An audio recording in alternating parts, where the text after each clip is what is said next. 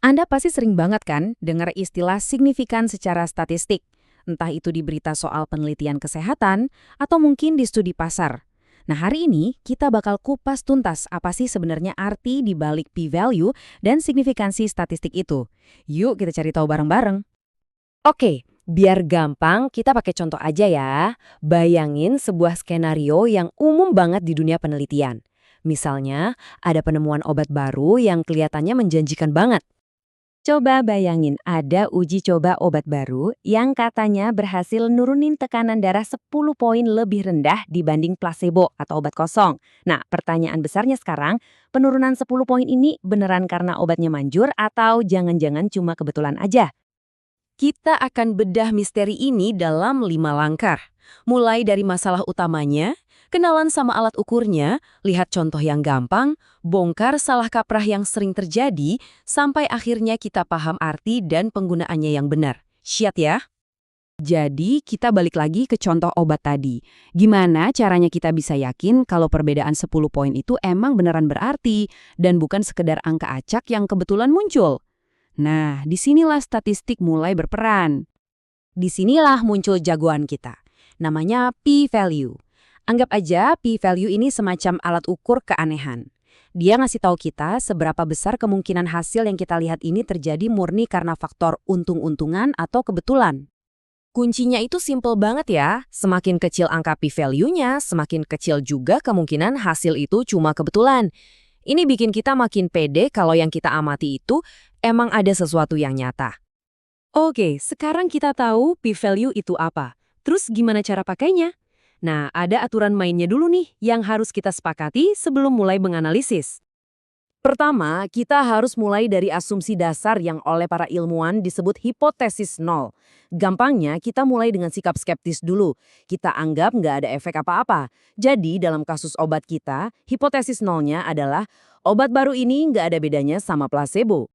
Kedua, kita perlu semacam garis batas. Seberapa aneh sih sebuah hasil itu sampai kita bisa bilang, wah ini kayaknya bukan kebetulan deh.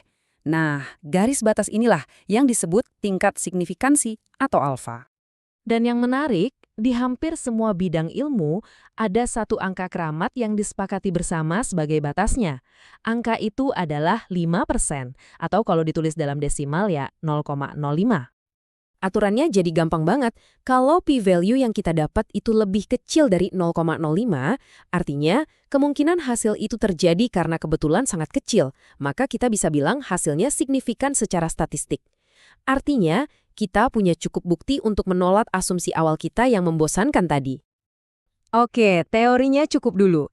Biar makin nempel di kepala, kita coba pakai konsep ini ke contoh yang super duper sederhana, lempar koin.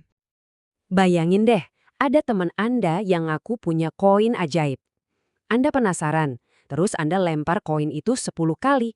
Hasilnya, 9 kali muncul sisi gambar. Wah, curiga nggak sih? Nah, begini cara kerjanya. Kita mulai dengan asumsi hipotesis nol. Koinnya adil, alias 50-50. Terus kita lihat data kita yang aneh tadi, 9 gambar dari 10 lemparan. Kita hitung p-value-nya, dan ternyata kemungkinan hal ini terjadi secara kebetulan kalau koinnya adil itu cuma sekitar 1%. Nah, karena 1% itu jauh di bawah batas 5% kita bisa simpulkan hasilnya signifikan secara statistik. Kayaknya koin ini emang nggak seimbang. Nah, sekarang kita masuk ke bagian yang paling krusial. Bagian di mana hampir semua orang salah paham. Jadi, tolong perhatikan baik-baik ya. Coba deh renungkan kalimat ini. Hanya karena sesuatu itu signifikan secara statistik, itu tidak secara otomatis berarti hasilnya itu benar atau efeknya besar, apalagi penting dalam kehidupan nyata. Jadi tolong ingat ini baik-baik ya. Signifikan itu cuma pernyataan soal probabilitas. Artinya, kemungkinan besar ini bukan karena kebetulan. Udah itu aja, bukan berarti efeknya besar, penting, atau 100% terbukti benar. Ini dia jebakan-jebakan paling umum. Banyak yang mikir p-value kecil pasti efeknya dahsyat. Salah.